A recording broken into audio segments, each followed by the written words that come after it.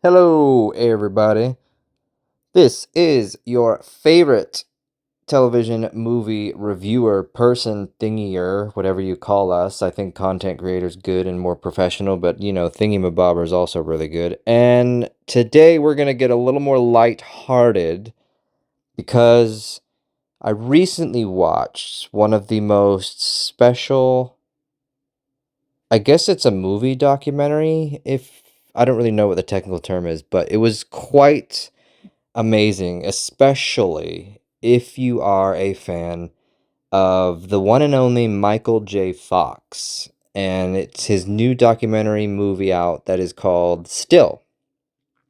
It is available now on Apple TV, and it tells the story of his life.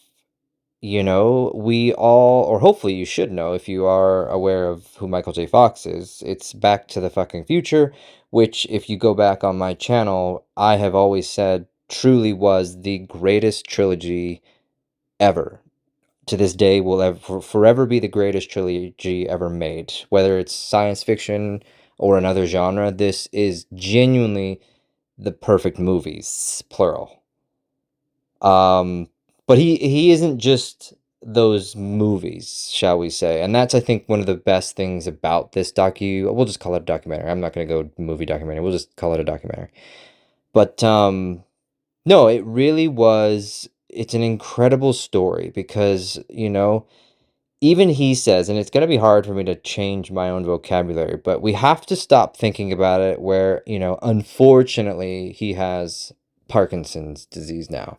He's had it for quite some time. He has revolutionized the world in terms of the research and the care behind it. He actually has made a huge impact and really wants to make the changes needed so that there is better care and support out there, that hopefully maybe one day this thing really could be possibly cured. We won't even go down the pharmaceutical path, etc., so on and so forth right now, because it's just not needed.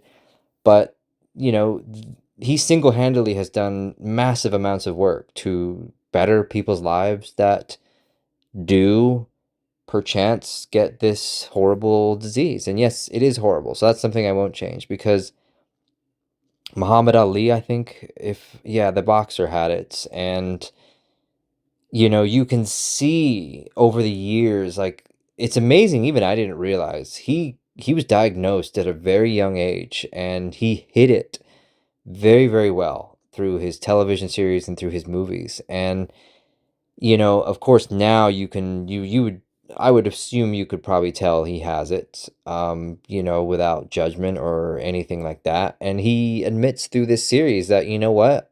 No, I'm not going to shy away from it. I have it. You're going to see it. And I'm also not going to let it run my life. I'm not going to let it be the Debbie Downer of my life. And so that's where it's kind of like it brings that real kind of, it makes you kind of teary-eyed in a positive way, because even I, to this, you look at me, you look at this channel, for the love of God, and some of the stuff we talk about is just fucking horrible, and that's, of course, my interpretation. It's always my opinion. And as much as I bitch and moan about things, obviously I have my own struggles with health, the chronic pain, the mental depression, everything in between, the anxiety, and it could be worse. It really, really could. And I think that's, again, to pat myself on the back. Obviously, that is something I've always been very proud of, that separates me from the rest of the group. Um, I always say, and I don't mean this in a negative tone, I really do mean this in a positive way, but folks like myself, we tend to suffer in silence.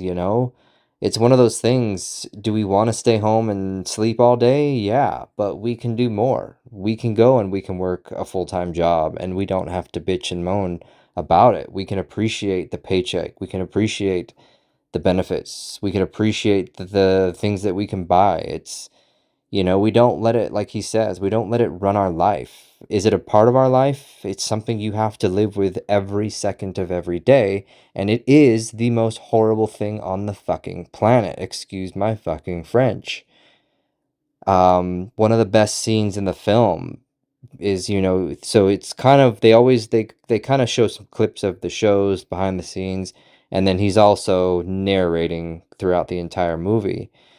And there's one moment where he's talking to the producer, and he's basically, the producer saying, "Are you in pain right now?" And he says, "I'm always in pain." And that's where kind of those moments like that kind of hit you in this documentary, where, because you're like, God, it just, even myself, like, when somebody asks, "Hey, how are you doing?" The first thing out of my mouth usually is, "Oh, everything's great. It's fine. I'm living the dream, blah, blah, blah."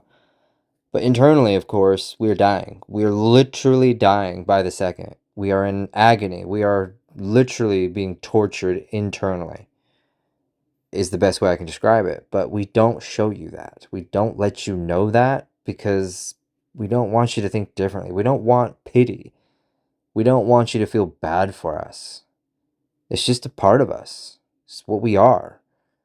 We totally, I mean, it's one of those, again, I've joked, but at the same time, I'm very serious.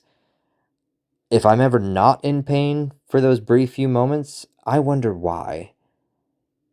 It's that, it's one of those things where, would I love to be permanently not in pain? Would I love to be happy all the time and all that? And so, I mean, this isn't about me, but the bottom line is, it's when you watch movies like this, and especially with an idol like Michael J. Fox, that you really take a tally, I guess. There's a metaphor. I forget what the metaphor is, but you really kind of, you regroup for a moment about what you have and what you don't, and you realize you have far more than what you realize.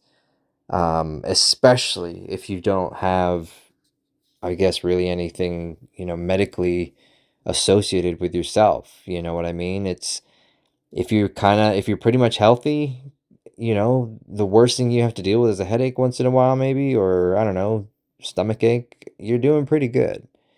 And that's not to say that those who may have other illnesses or ailments or any sort of, in any worse condition or so on and so forth. But what it does mean is they actually have something else to kind of fight life with. We all have our struggles, we all have our moments, and adding those stresses and those other ailments is not going to be fun. It's not going to be easy. So when we say, "Hey, we might need 5 minutes to sit down," or, "Hey, would you mind if we just take a break for a moment?"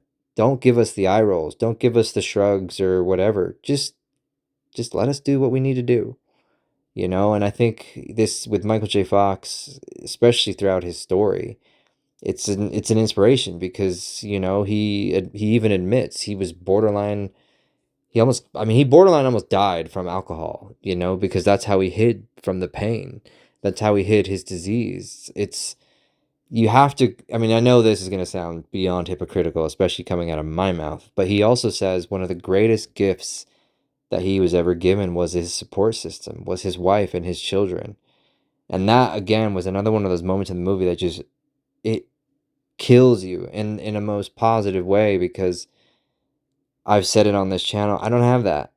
I don't have really a support system. And that's really what gives him his strength and what gives him his spirit. And that's what gives him the passion to keep going as long as he has. One of the best things ever, he's telling us a conversation about him and his wife. And when he first got diagnosed with Parkinson's disease, his wife just whispered into his ear, "Till death do us part, in sickness and in health." And that to me was just, God, I look back at, my past relationships, and it really does break my heart, because, I know there are people out there that have that. And is it an envy thing? Sure. Is it a jealousy thing? Maybe.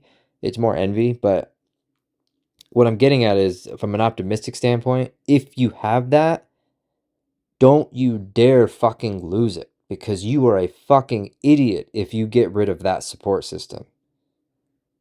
If somebody actually is willing to look at you and say, "How are you?" and not just a simple "and passing," but they genuinely want to know, "How are you? Tell me the truth. I know you're feeling like shit. What can I do to help you?" Don't you dare fucking lose that, because I can promise you, I've said this before, broken record moment, spot a nerd, you will not find it again. Not in today's world. And I'm getting really antsy and maybe a little more louder than usual, because trust me, support is so crucial now. especially in the world we live in. It's so rare to find it that I just, I don't know. I've said this again optimistically.